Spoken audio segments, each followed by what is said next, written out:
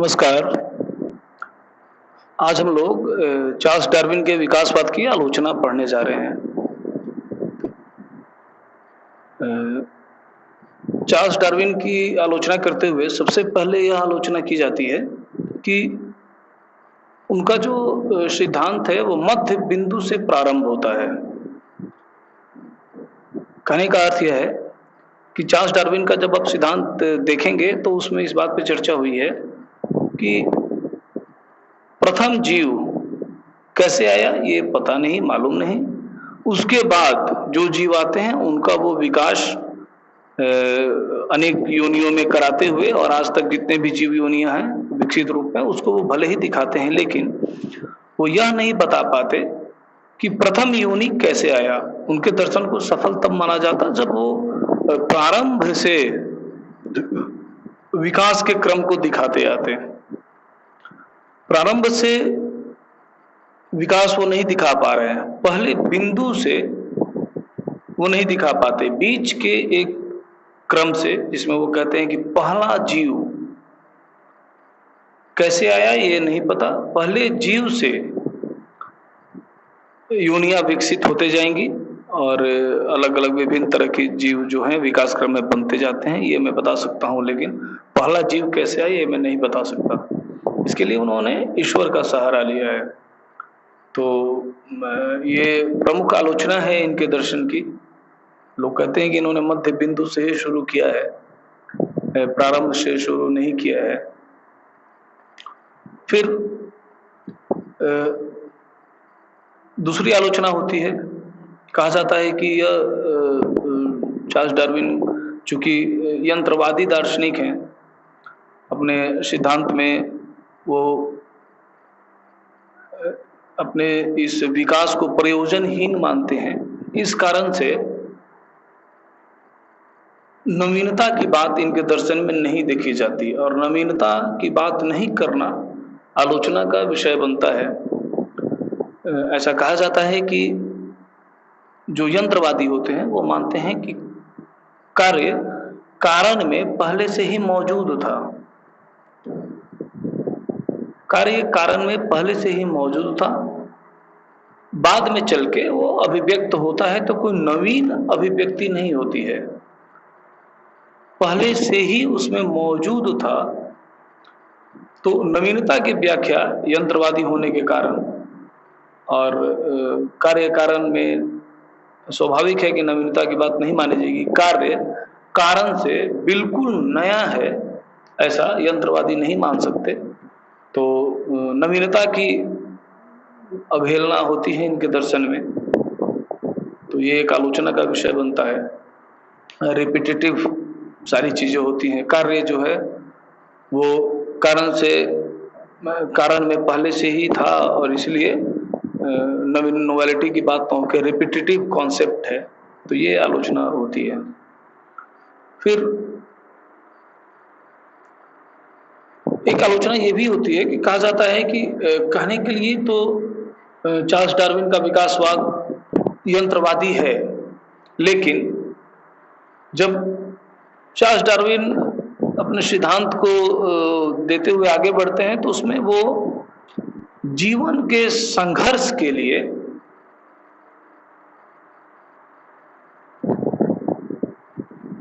विकासवाद के क्रम में ये कहिए आप, तो जीवन के संघर्ष के लिए विकास होता है ऐसा वो कहते हैं। तो जीवन के संघर्ष के लिए जब आप ऐसा कहते हैं तो ये प्रयोजन हुआ, यानी कहीं ना कहीं कोई लक्ष्य है, वो लक्ष्य है जीवन के लिए संघर्ष आप कर रहे हैं। तो जीवन के लिए संघर्ष करना एक लक्ष्य की ओर इशारा करता है, प्रयोजन की ओर इशारा करता है। एक तरफ आप नेचुरलिस्टिक फिलॉसफी भी देते हैं और दूसरी तरफ आप जब यह कहेंगे कि जीवन के लिए संघर्ष होता है जीवों में, तो वो नेचुरलिस्टिक फिलॉसफी के मूल बात को या उसके जड़ को, जिसमें यंत्रवाद प्रमुख होता है, उससे हट के इशारा हो रहा है। जब जीवन के लिए, किसी लक्ष्य के लिए ये विकास जब उस क्रम में आगे बढ़ेगा, जैसे कि सृष्टिवाद जब हम लोग पढ़ रहे थे तो वहां पे देखा गया कि वहां पे स्पष्ट तौर पे कहा गया कि सृष्टिवाद प्रयोजनवादी है। जितने भी सृष्टिवादी दार्शनिक हैं वो इस सृष्टि के, इस जीवन के विकास में या इस जीवन को एक लक्ष्य की ओर बढ़ते हुए देख रहे हैं। लक्ष्यहीन नहीं है यह जीवन, यह सृष्टि। इसी अर्थ में वहां पर स्पष्ट रूप से प्रयोजनवाद की बात की गई है। लेकिन चार्ल्स डार्विन के सिद्धांत में यंत्रवादी होने के कारण किसी भी प्रयोजन के, विकास के किसी लक्ष्य को नहीं माना गया था। लेकिन चार्ल्स डार्विन जब जीवन के लिए संघर्ष की बात करते हैं तो जीवन कहीं न कहीं लक्ष्य के रूप में सामने आता है, और इस बात की आलोचना होती है कि एक तरफ आप यंत्रवादी दार्शनिक हैं लेकिन फिर भी इस विकास का कोई लक्ष्य निर्धारित कर देना अपने सिद्धांत से हटने जैसा है। और प्रयोजनवाद पे एक और आलोचना होती है जब चार्ल्स डार्विन ऐसा कहते हैं कि परिवर्तन होता है, एक योनि से दूसरे योनि में जब परिवर्तन होता है तो वो परिवर्तन आकस्मिक परिवर्तन होता है, अचानक हो जाता है। लेकिन यह आलोचना का विषय है कि परिवर्तन बिना किसी प्रयोजन के कैसे संभव है। अचानक चार्ल्स डार्विन यही कहते हैं कि अचानक एक योनि से दूसरे योनि का निर्माण हो जाता है। तो एक योनि से दूसरे योनि का निर्माण होना, यह बिना प्रयोजन के, बिना किसी लक्ष्य के यह विकास कैसे संभव होगा। यानी कि जो बेस है चार्ल्स डार्विन के सिद्धांत का, और जब आप चार्ल्स डार्विन का सिद्धांत पढ़ेंगे तो साधारण तौर पे भी आप ये मन में ये बात हमेशा कचोटते रहती है कि एक योनि से दूसरे योनि का निर्माण तो समझ में आता है, लेकिन वो निर्माण बिना किसी प्रयोजन के ये कैसे। हम लोग ये कहते हैं कि पर्यावरण या रिसोर्सेस जब पहले वाले जीव योनि के जो जीव हैं उनके लिए सही नहीं, फिट नहीं बैठते हैं, तो वो उसके अनुसार अपने को परिवर्तित करते हैं। पर्यावरण के अनुसार अनुकूलन की बात होती है, पर्यावरण के अनुसार, क्लाइमेट के अनुसार अपने आप को परिवर्तित करते हैं। तो ये तो एक प्रयोजन ही तो हुआ कि अपने को परिवर्तित करते हैं जीने के लिए। कैसा परिवर्तन? तो अनुकूलित परिवर्तन, इस फिटेस्ट ऑफ द सर्वाइवल, उस पर्यावरण में, उस क्लाइमेट में अपने को फिट बैठाने का प्रयोजन तो है ही। तो ये भी बात आलोचना के नजर से देखा जाता है कि आप परिवर्तन तो मानते हैं लेकिन उस परिवर्तन का कोई लक्ष्य नहीं,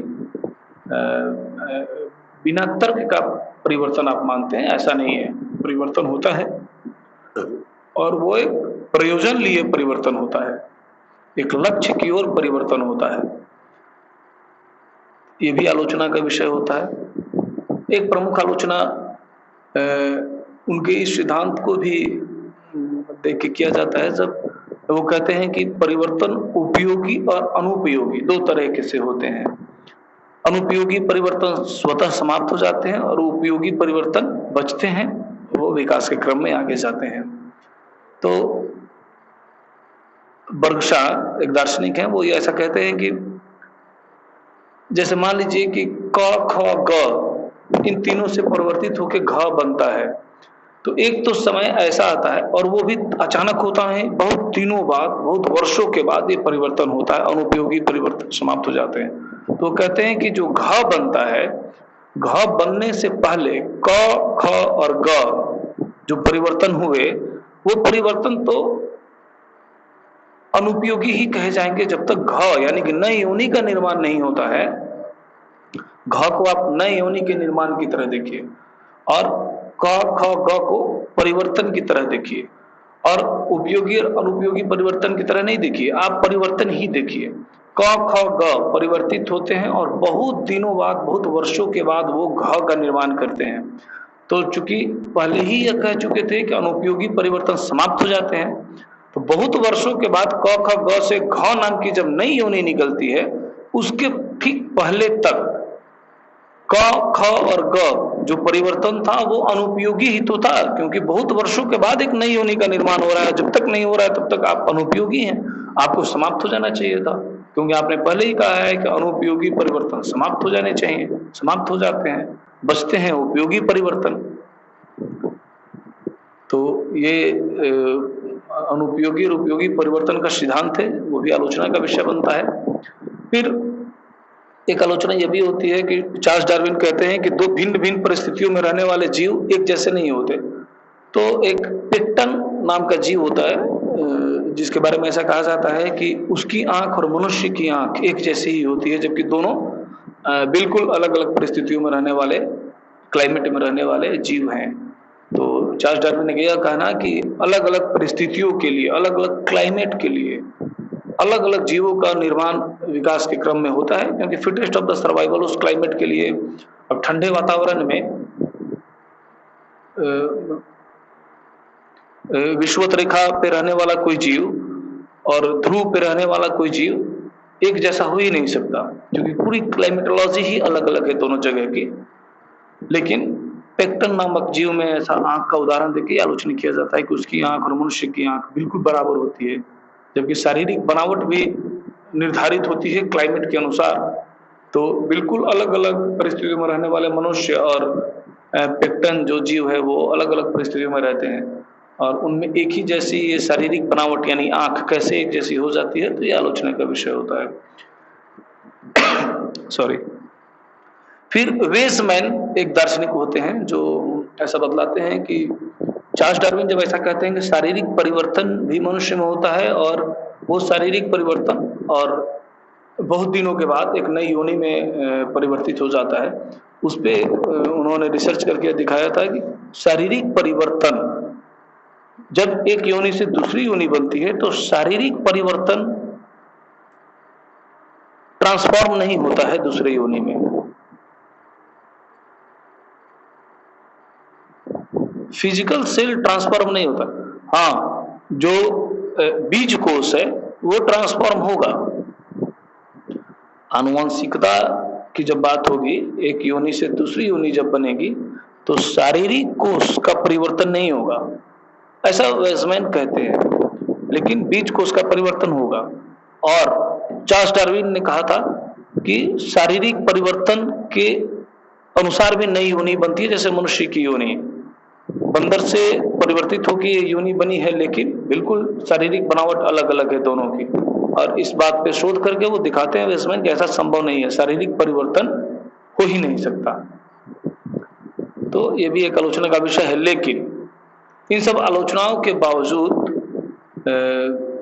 चार्ल्स डार्विन के विकासवाद ने जैवीय सिद्धांत को समझने में, जीवों के रूपों को समझने में या इस प्रकृति को समझने में जितना योगदान दिया है, शायद ही कोई सिद्धांत इतना फ्रूटफुल हो।